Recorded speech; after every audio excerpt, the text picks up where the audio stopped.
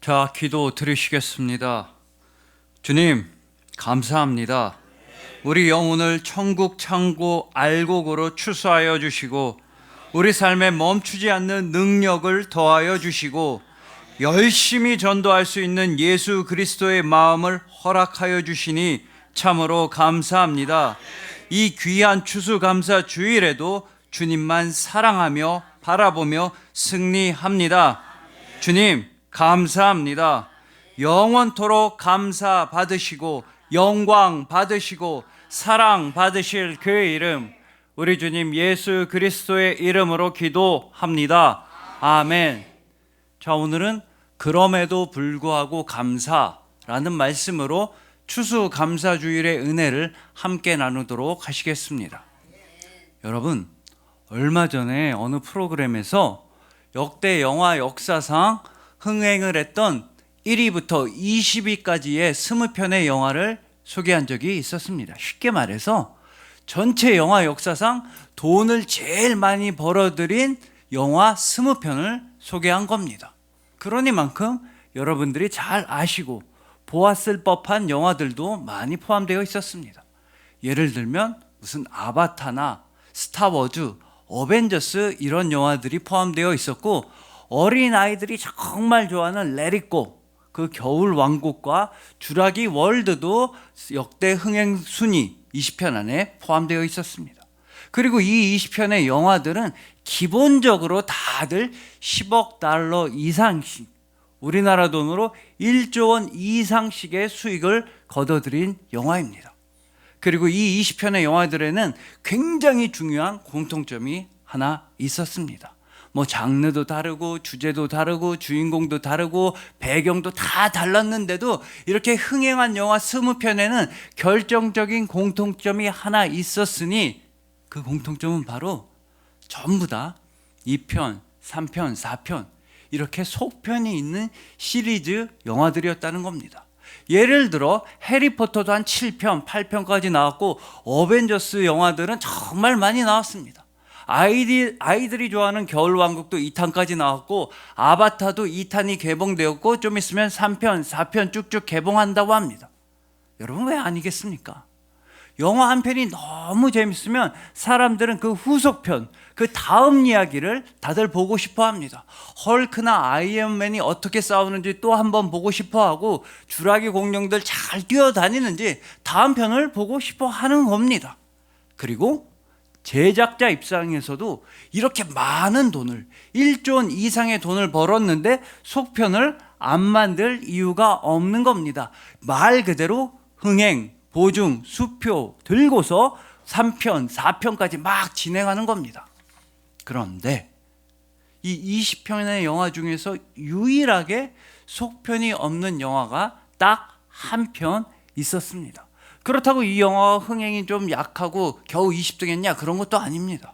이 영화는 꽤 오랜 시간을, 한 10년도 넘는 시간을 전 세계 영화 역사상 가장 많은 흥행을 올린 영화 1위에 등극해서 한 10년 넘게 유지하고 있었습니다.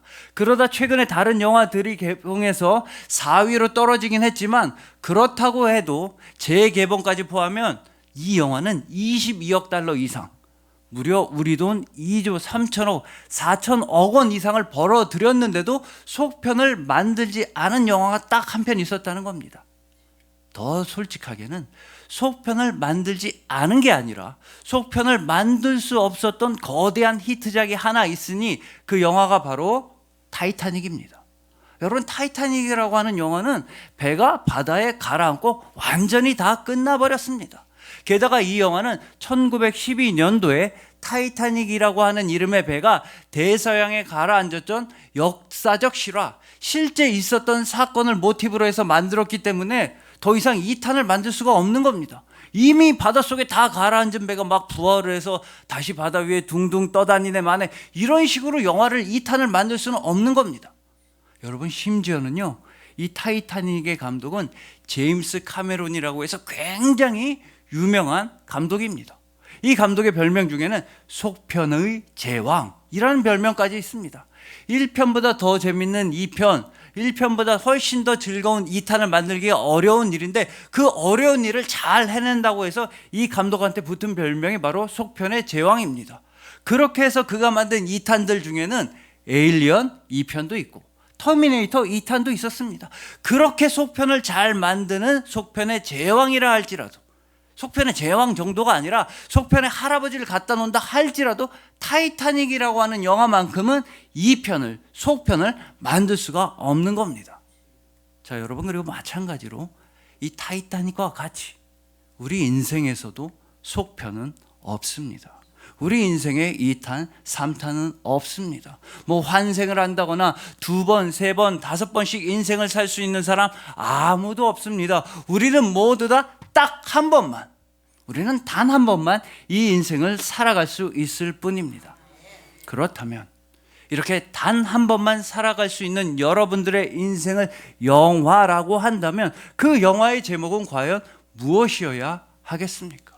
부귀영화나 출세, 흥청망청 이런 제목은 아니어야 할 것입니다. 또한 슬픔, 원한, 후회, 분노 이런 제목이 되어서도 아니 될 것입니다. 이렇게 단 한 번밖에 없는 여러분들의 인생이라고 하는 영화의 제목은 오로지 감사입니다. 여러분들은 여러분의 삶을 감사로 가득 채워서 주님 손에 올려드려야 하는 것입니다.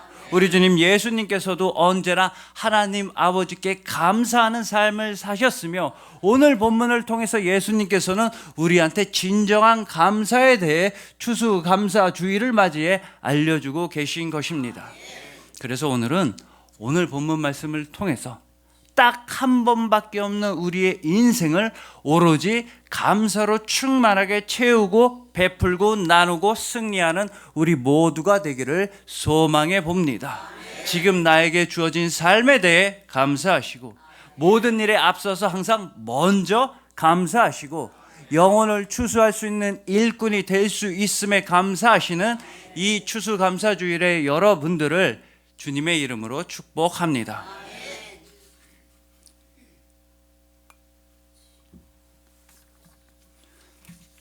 자, 오늘 본문은 여러분들이 잘 아시는 오병이어의 기적입니다. 이때 예수님의 말씀이 어찌나 은혜로웠으면 사람들은 시간 가는 줄도 모르고 예수님의 말씀만 듣고 있었습니다. 막 자동으로 금식을 해가면서 예수님의 말씀만 듣고 있다 보니까 어느새 시간은 훌쩍 저녁 시간이 다 되었습니다. 그러니 그곳에 모였던 사람들이 얼마나 배가 고팠겠습니까? 그러나 예수님의 제자들은 현실적인 문제를 너무나 잘 알고 있었습니다. 성인 남자만 5,000명이나 되는 이 수많은 무리들을 먹일 돈, 그 돈이 없다는 현실적인 문제를 제자들은 잘 알고 있었습니다. 그래서 제자들은 예수님한테 이런 건의를 하게 됩니다. 예수님, 이 사람들 식사는 각자 알아서 해결하라고 하십시오. 각자 알아서 밥 먹은 다음에 그런 다음에 예배의 자리로 다시 모이라고 하십시오. 그러나 예수님께서는 확고하게 말씀하십니다. 그러지 말아라. 그러지 말고 너희가 이 사람들한테 먹을 걸 줘라. 예수님의 이 말씀에 제자들은 크게 당황했습니다. 왜냐? 자신들이 가진 거라고는 떡 5개랑 물고기 2마리밖에 없었기 때문입니다. 그러나 예수님은 그 오병이요, 떡 5개랑 물고기 2마리를 손에 들고서 이렇게 하셨다고 오늘 본문 19절은 증언합니다. 떡 5개와 물고기 2마리를 가지사 하늘을 우러러 축사하시고. 여러분, 예수님께서는 떡 5개, 물고기 2마리를 가지고 하늘을 우러러 축사하셨습니다. 근데 헬라어 원문, 성경 원문을 보시면 여기서 축사라고 하는 단어는 깊이 생각한 다음에, 깊이 묵상한 다음에 가지게 되는 깊은 감사라는 의미가 있습니다. 그래서 예수님은 깊은 감사의 기도를 하셨다는 것입니다. 그렇기 때문에 현대인의 성경은 오늘 본문 19절 말씀을 이렇게 번역하고 있는 겁니다. 빵 5개와 물고기 2마리를 받아 들고 하늘을 우러러 감사 기도를 드리신 다음, 하늘을 우러러 예수님은 감사 기도를 드리셨던 것입니다.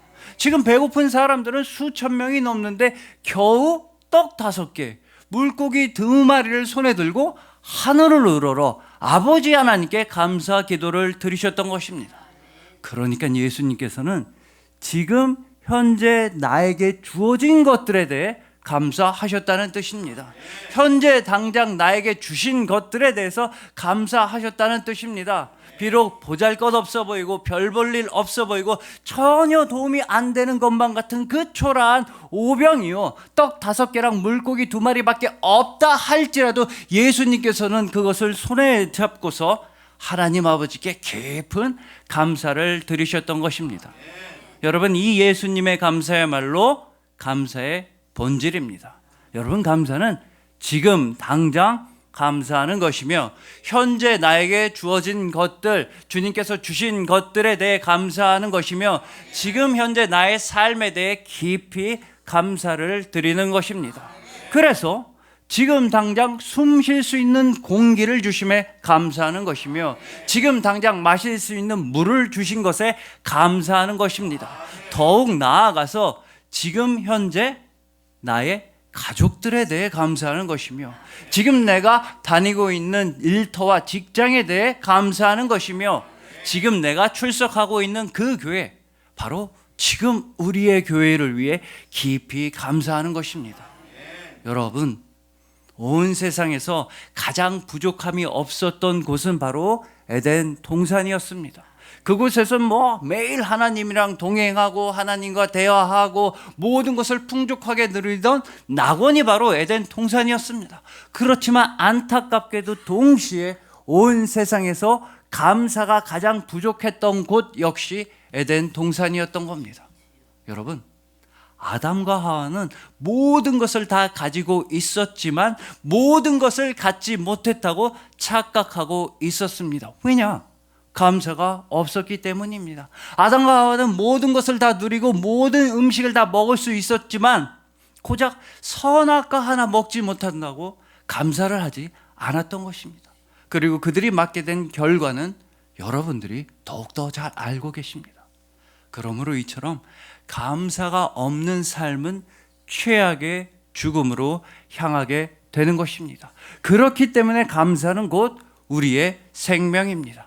또한 동시에 지금 현재 나의 삶에 대해 감사하고 지금 현재 내가 가지고 있는 것들에 대해 감사를 올린다는 것은 지금 현재 나의 삶을 있는 그대로 받아주시고 지금 내가 가진 모든 것들을 다 받아주시는 주님을 믿는다, 주님을 신뢰한다는 의미인 것입니다. 따라서 감사는 곧 우리의 생명이며 동시에 감사는 곧 우리의 믿음인 것입니다. 세상을 승리하는 믿음이 바로 감사인 것입니다. 자, 이런 맥락에서 안녕신앙생활이라는 책에서는 이런 이야기 하나가 나와 있습니다. 우리나라 교회에서는 종종, 특히나 우리나라 교회 청년부에서는 종종 이런 얘기가 나올 때가 많다는 겁니다. 시집을 가지 않은 자매님을 향해서 이 자매는 아주 훌륭한 사모감이야. 참 참하고 착하고 믿음도 좋아. 나중에 목사님, 사모님 하시면 되겠어. 이런 말을 많이 한다는 겁니다. 물론 당연히 칭찬하는 뜻에서, 좋은 뜻에서 하는 말입니다. 그러나 이 책에서 주장하는 바는 우리나라 대한민국 교회에서 사모감이라고 하면 모름지기 오직 주만 바라볼지라 라는 강력한 믿음이 있어야 한다는 겁니다. 물론 여기까지는 당연히 맞는 말이고 좋다고 합니다. 하지만 우리나라 교회에서 목사님의 사모감이라고 하면은 전혀 고집이 세지 않고 자기 주장도 전혀 없고 유순하고 순종하고 순하고 평소에는 고집도 없고 순해야 합니다. 근데 그런 와중에 또 경제력이 부족한 남편을 대신해서 가족들을 먹여 살릴 수 있는 고집스러움과 악착스러움과 악다구니도 함께 가지고 있어야 한다는 겁니다. 또한 우리나라 교회 사모님들은 너무 화려하게 치장을 한다거나 화장을 또 너무 진하게 하고 너무 예쁘게 꾸미면 안 됩니다. 근데 그런 와중에 또 곱고 아름답기도 해야 하는 것입니다. 또 우리나라 교회 사모님들은 평소에는 절대로 말도 많이 하면 안 되고 말수가 적어야 하고 앞으로 나서서도 안 되고 나대서도 안 됩니다. 근데 노방전도만 있다고 하면 제일 먼저 앞으로 나가서 말도 제일 많이 하고 말도 엄청 잘해서 모든 사람들 다 교회로 전도할 수 있을 만큼 갑자기 말을 잘해야 합니다. 또한 우리나라 교회 사모님들은 막 명품을 가지고 다닌다. 비싼 핸드백, 비싼 구두를 신고 다닌다고 에휴 저 교회 사모님이 이렇게 손가락질 당합니다. 근데 그런 와중에 또 교회 사모님이 검소하다고 검은 비닐봉다리를 들고 다니고 구멍난 추리닝을 입고 다니 에휴 교회 사모님이 저 또 손가락질 당한다는 겁니다. 그래서 이 책이 주장하는 바는 타고난 사모감 이런 건 없다는 것입니다. 다 주님께서 하나씩 하나씩 빚어주시고 세워주신다는 겁니다. 마찬가지로 타고난 목사감, 타고난 선교사감 없다는 것입니다. 오직 주님께서 차근차근 세워주시고 만들어가 주시는 것입니다. 주님 나라를 위한 일은 우리 사람의 힘으로 되는 것이 아니라 오로지 주님께서 직접 능력으로 세워주시는 것입니다. 가장 결정적으로는 타고난 그리스도인감 없으니 단 한 명도 없었다는 것입니다. 타고나기를 천국 백성감으로 타고난 사람 아무도 없습니다. 절대로 우리 스스로의 힘과 노력으로서는 우리는 그리스도인이 될 수도 없었으며 천국 백성이 될 수도 없었습니다. 이 세상 그 어떤 인간의 노력과 행위와 재물과 권력을 가지고서도 하늘나라에 들어갈 수 있었던 인간은 단 한 명도 없었습니다. 오로지 주님께서 여러분들을 품어주시고 주님께서 여러분들을 안아주신 것입니다. 오직 주님의 능력과 주님의 은혜와 주님의 사랑으로 말미암아 우리가 지금 그리스도인이 된 것이며 천국 백성이 된 것입니다. 우리가 받은 모든 구원과 은혜와 사랑은 우리가 한 것이 아니라 주님께서 모두 다 이루어 주시고 베풀어 주신 것입니다. 그렇게 우리를 위해 모든 것을 다 이루신 예수님께서는 여러분들이 지금 현재의 삶에 대해 감사할 수 있도록 여러분들의 지금 현재의 모습 그대로 받아주시고 사랑해 주시는 분이십니다. 여러분 한번 생각해 보십시오. 예수님께서는 삭개오, 키 작은 삭개오를 보고 너는 키 좀 크고 와라 이렇게 말씀하지 않으셨습니다. 예수님은 가난한 사람들한테 너는 우선 돈부터 벌고 와라, 중풍병자, 나병 환자들한테 너한테는 끔찍한 질병이 있으니 너를 만질 수 없다, 가까이 오지 마라 이렇게 말씀하신 적이 단 한 번도 없으십니다. 반대로 예수님께서는 키가 작은 삭개오를 있는 모습 그대로 불러주셨으며 가난한 자들의 가난함까지 모두 다 품어주셨으며 중풍병자들, 나병 환자들의 그 끔찍한 질병이 걸린 몸을 직접 어루만지면서 치유해 주셨던 것입니다. 이러한 모든 구원과 모든 은혜와 모든 치유와 모든 능력은 내가 다 이루겠다고 말씀하시면서 예수님께서는 우리 대신에 십자가로 향하셨던 것입니다. 이것이 바로 추수감사주일의 시작입니다. 우리를 대신해서 십자가로 향하시고 우리의 죄악을 담당하시고 우리 대신 죽으시고 지금 현재 우리 삶의 모습을 있는 그대로 다 받아주시는 예수님을 향한 감사로부터 우리의 신앙생활이 출발되어야 하며 우리의 일상생활이 시작되어야만 하는 것입니다. 그러니 부디 지금 현재 여러분을 사랑하여 주시고 지금 현재 여러분의 모습 그대로 다 안아주시고 여러분이란 사람 자체를 긍정하시고 사랑하시는 예수님께 감사하시길 소망합니다. 오직 감사로 예배를 드리는 자만이 주님을 영화롭게 할 수 있다는 그 말씀을 마음에 품으시길 소망하는 것입니다. 여러분들이 아프다 할지라도 끝까지 사랑하시고 여러분들이 가난하다 할지라도 그 가난함까지 사랑하시고 여러분들이 부족하다 할지라도 부족함 채워주시며 사랑하시는 그 예수님께 깊은 감사를 올려드리시는 이 추수감사주일에 여러분들을 주님의 이름으로 축복합니다.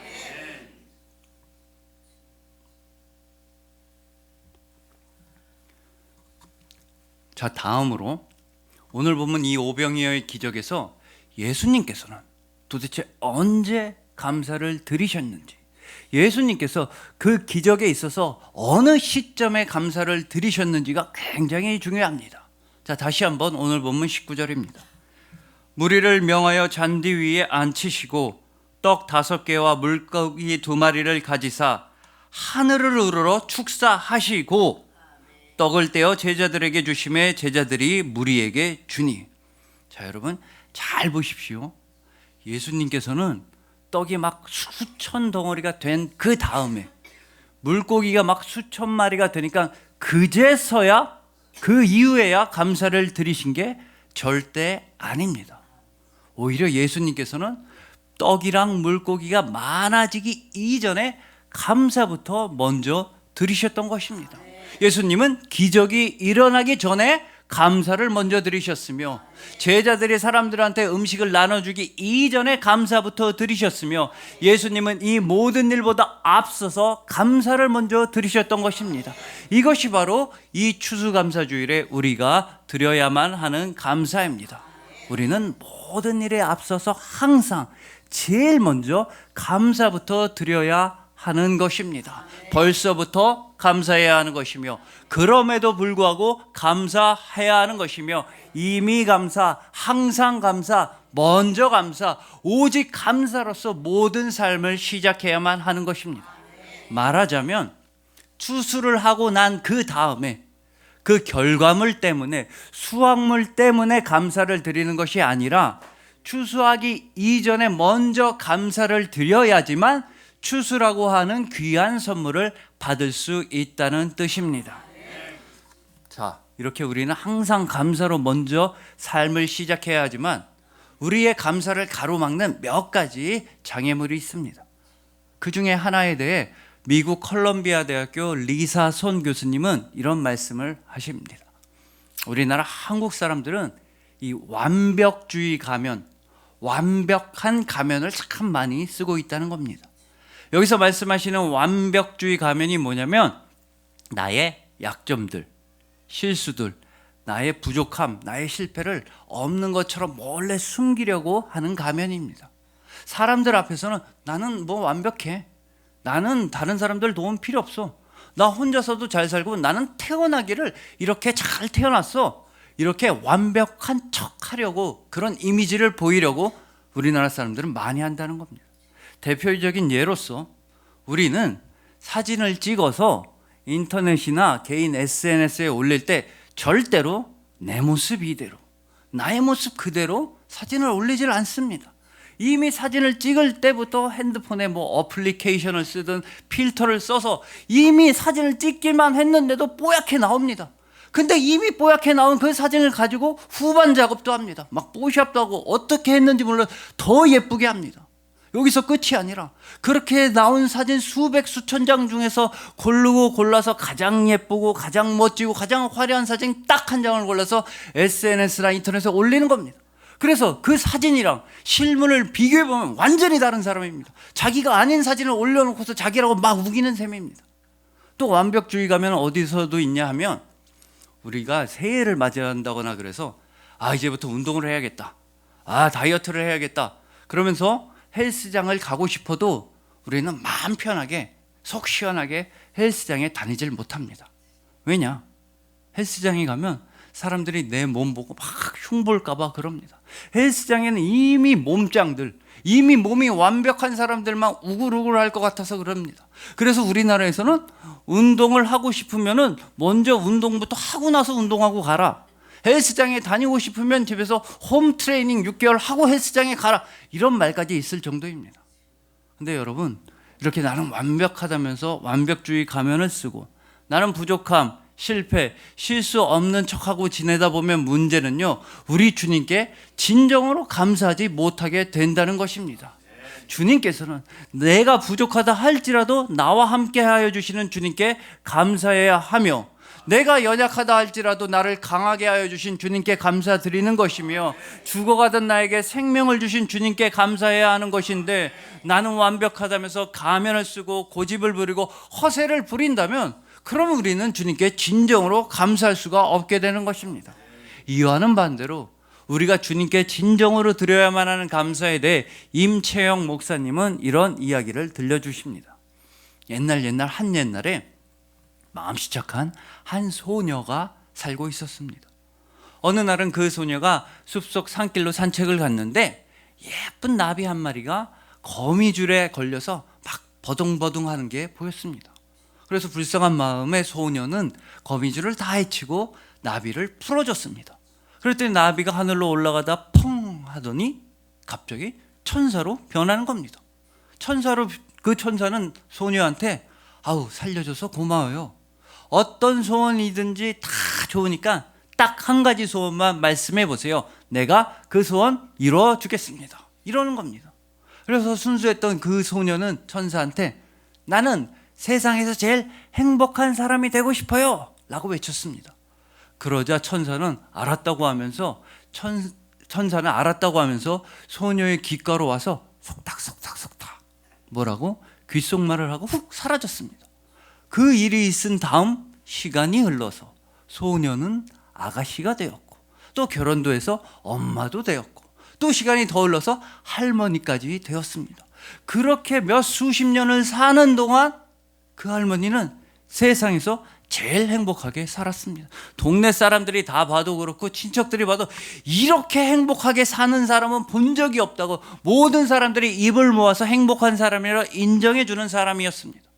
그리고 그 행복한 할머니가 임종을 앞두었을 때 마을 사람들, 친척들이 와서 슬픔을 표하다가 궁금증을 참지 못하고 물어봤습니다. 아니 할머니, 도대체 어떻게 그렇게 평생을 행복하게만 살아오셨나요? 그 비결이 뭡니까? 그랬더니 할머니는 싱긋 웃으시면서 내가 어린 소녀였을 때 이런저런 일이 있어서 천사를 구해준 적이 있었지. 그 천사한테 행복해지고 싶다고 소원을 빌었더니 그 천사는 나한테 와서 귓속말로 행복의 비결을 알려주었어. 천사가 뭐라 그랬냐면 이제부터 항상 모든 일에 감사하세요.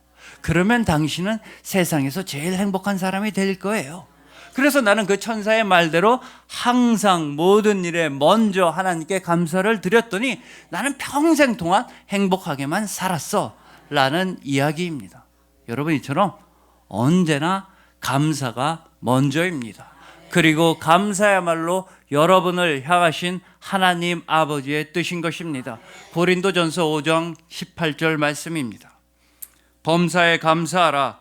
이것이 그리스도 예수 안에서 너희를 향하신 하나님의 뜻이니라. 여러분들은 그리스도 예수 안에 있습니다. 그리고 여러분들이 그리스도 예수 안에 있다는 말씀의 의미는 여러분들은 먼저 항상 언제나 감사를 할 수 있는 능력과 실력과 은혜를 풍성하게 받았다는 뜻입니다. 즉 여러분들의 삶은 감사 그 자체인 것입니다. 그러니 부디 영원 전부터 여러분들을 자녀로 선택하여 주신 하나님 아버지께 감사하시길 소망합니다. 나를 대신해서 십자가에서 죽으시고 나를 위해 무덤에서 부활하신 예수 그리스도께 감사하시길 소망합니다. 영원토록 여러분과 함께 하시고 그 말할 수 없는 탄식으로 친히 여러분들을 위하여 간구하여 주시고 모든 지혜와 능력으로 덧입혀 주시는 보혜사 성령님께 감사하시길 소망합니다. 추수를 거두기 이전에 먼저 감사하심으로써 100배의 추수를 거두시고 축복 이전에 감사부터 하심으로써 100배의 복을 받으시고 그 무엇보다 주님의 사랑에 감사하심으로써 무한한 칭찬을 받으시는 이 추수감사주일에 여러분들을 주님의 이름으로 축복합니다.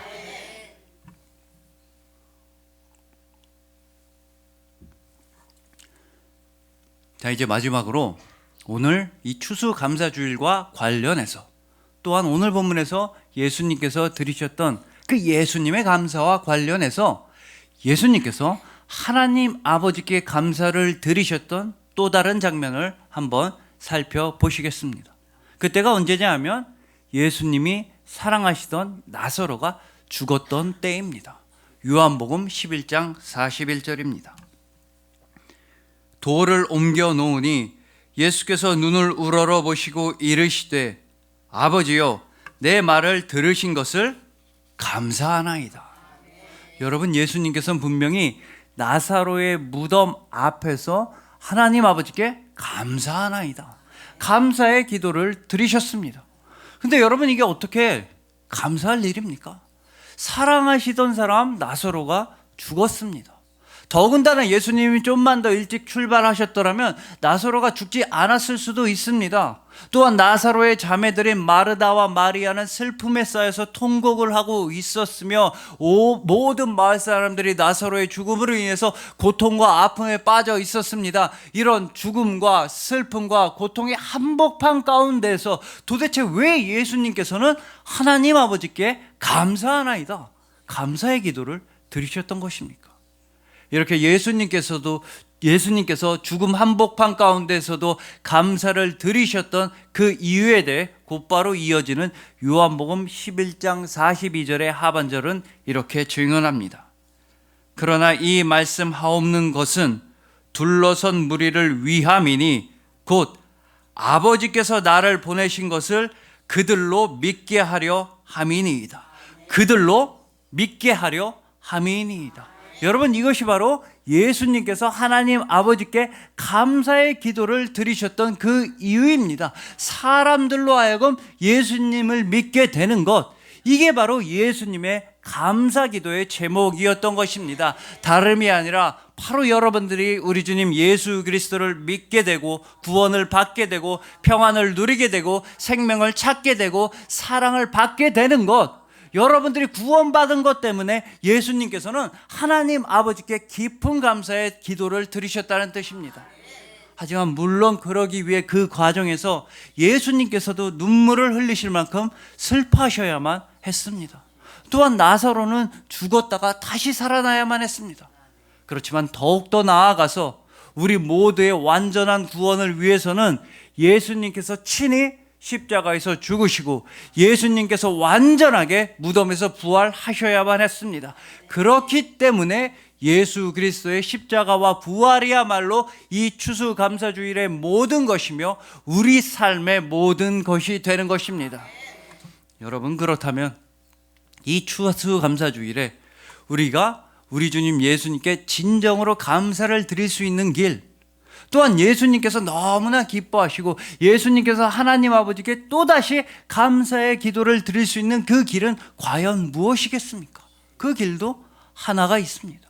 그건 바로 우리가 영혼을 추수하는 것입니다. 예수님을 알지 못하고 예수님을 믿지 못해서 죽어가는 그 안타까운 영혼들을 다시 주님께로 인도하는 데 최선을 다하는 것입니다. 그러면 예수님께서는 가장 크게 기뻐하시고 다시 한번 하나님 아버지께 감사의 기도를 드리실 것입니다. 온 천하보다 귀한 한 영혼이 생명을 얻게 되고 예수님을 만나게 되고 구원을 받게 되는 것이야말로 예수님께서 이 땅에 오신 목적이며 예수님께서 가장 크게 기뻐하시는 일인 것입니다. 그러니 부디 이 추수 감사 주일에는 감사하기 위하여 추수하시길 소망합니다. 또한 추수하기 위하여 감사하기를 소망하는 것입니다. 천국 창고 알곡이 풍성해지는 것이야말로 우리가 예수님께 참된 감사를 올려드리는 가장 좋은 방법이며 예수님께서 가장 기뻐하시는 길이라는 걸 잊지 마시길 소망하는 것입니다. 왜냐하면 예수님께서 이미 여러분들을 추수하시고 거두셔서 예수님께서 여러분들을 천국 창고의 알곡으로 받아주셨기 때문입니다. 예수님께서 이미 여러분들을 온전히 안아주시고 온전히 구원해 주셨던 것입니다. 이 추수감사주일에도 우리 주님 예수 그리스도께서는 여러분들을 너무나 사랑하시는 것입니다. 그리하여 지금 현재 나에게 주어진 모든 삶에 대해서 감사하시는 여러분들, 또한 모든 일에 앞서서 먼저 감사하시고 항상 감사하시고 쉬지 않고 감사하시고 범사에 감사하시는 여러분들, 감사하기 위하여 추수하시고 추수하기 위하여 감사하시는 이 추수감사주일의 여러분들을 진심으로 사랑하고 축복합니다. 기도 드리시겠습니다. 주님, 감사합니다. 천국과 거리가 가장 멀어 있었던 우리를 천국 창고 안으로 추수하여 주시고 생명의 알곡으로 빚어주시니 참으로 감사합니다. 그래서 주님과 함께하는 지금 이 순간이 가장 행복하고 가장 감사합니다. 모든 일에 앞서서 먼저 감사하게 하여 주시니 감사합니다. 추수보다 앞서서 감사하게 하시고 축복보다 앞서서 감사하게 하시니 감사합니다. 오로지 감사만이 우리의 추수이자 축복이자 은혜입니다. 감사할 수 있음에 감사합니다. 이 추수감사주일에도 우리를 사랑하시는 예수님의 마음을 품고서 예수님을 알지 못하는 그 안타까운 영혼들을 천국 창고로 인도하겠습니다. 오늘도 예수님의 기쁨이 되고 예수님의 감사가 되고 예수님의 자랑이 되겠습니다. 오늘도 주님을 사랑합니다. 영원토록 감사받으시고 영광 받으시고 사랑 받으실 그의 이름, 우리 주님 예수 그리스도의 이름으로 기도합니다. 아멘.